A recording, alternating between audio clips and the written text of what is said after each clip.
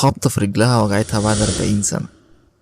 واحدة عندها 71 سنة راحت للدكتور بسبب وجع في رجلها، بس الغريب إن مفيش خبطة حصلت قريب. فالدكتور طلب أشعة عشان يعرف الوجع ده جاي منين، لكن اللي ظهر في الأشعة كان غريب، حديدة طولها 6 سنتي جوه رجلها. الدكاترة سألوها عن أي إصابة قديمة، فافتكرت حاجة حصلت من أكتر من 40 سنة.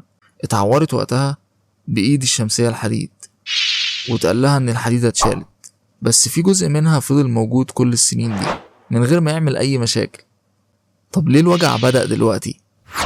الفكرة إن المعدن بدأ يتفاعل مع الأنسجة اللي حواليه، والمنطقة بدأت تلتهب، وده سبب الوجع بعد السنين دي كلها.